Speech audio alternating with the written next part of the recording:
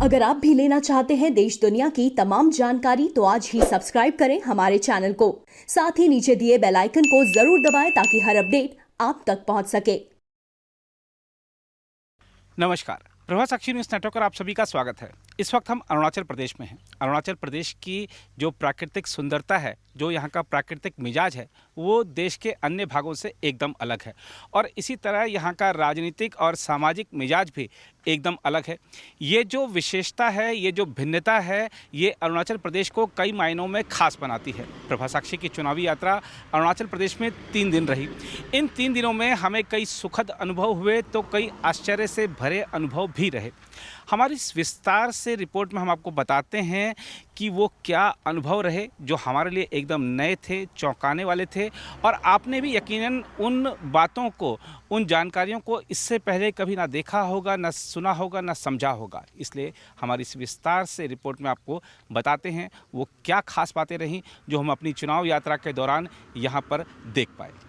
अरुणाचल प्रदेश में विधानसभा और लोकसभा के चुनाव साथ ही हो रहे हैं, लेकिन यहाँ वैसा चुनावी माहौल देखने को नहीं मिल रहा जैसा कि अन्य प्रदेशों में मिलता है।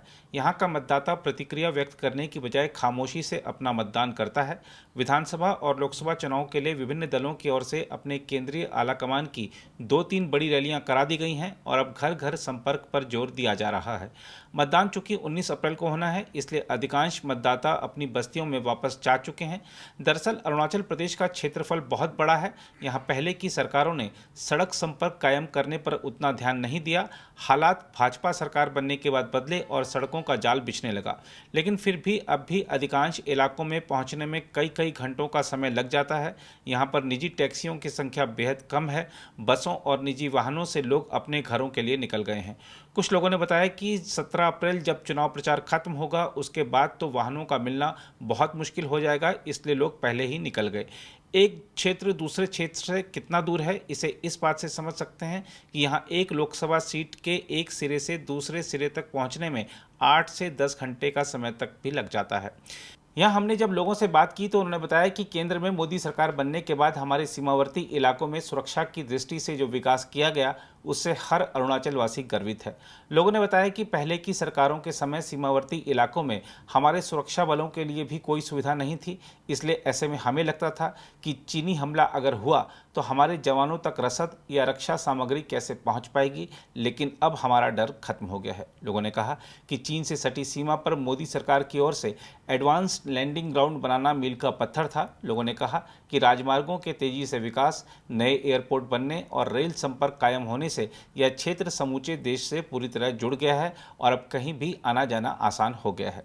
एक व्यक्ति ने बताया कि पहले उन्हें अपने गांव से राजधानी ईटानगर आने में 3 दिन का समय लग जाता था।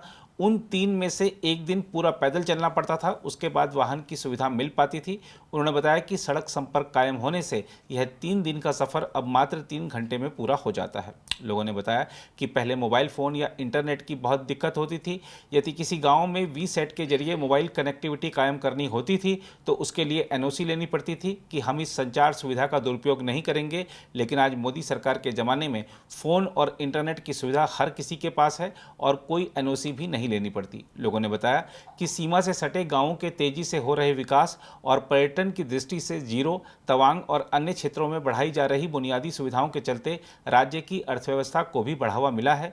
लोगों ने कहा कि पहले हमारे लिए दिल्ली दूर थी, बल्कि ऐसा लगता था कि वह किसी और देश में है, लेकिन अब एयरपोर्ट बन जाने से कुछ ही घंटों में दिल्ली तक पहुंचा जा सकता है।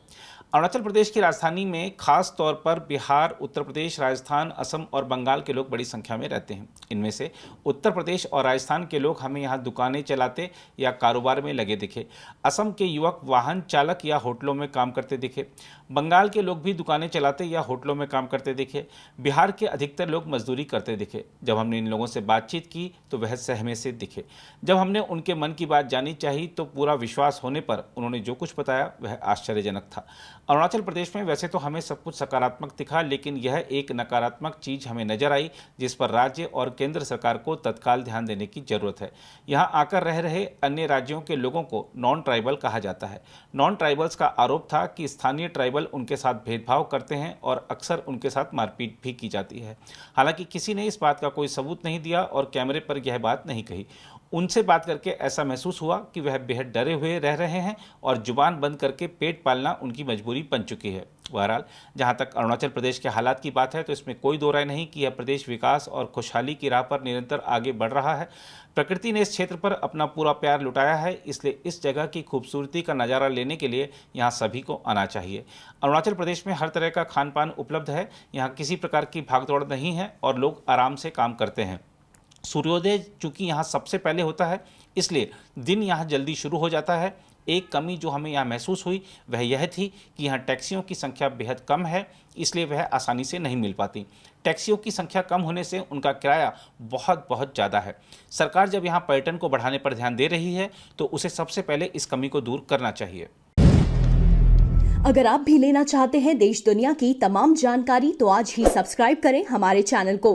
साथ ही नीचे दिए बेल आइकन को जरूर दबाएं ताकि हर अपडेट आप तक पहुंच सके।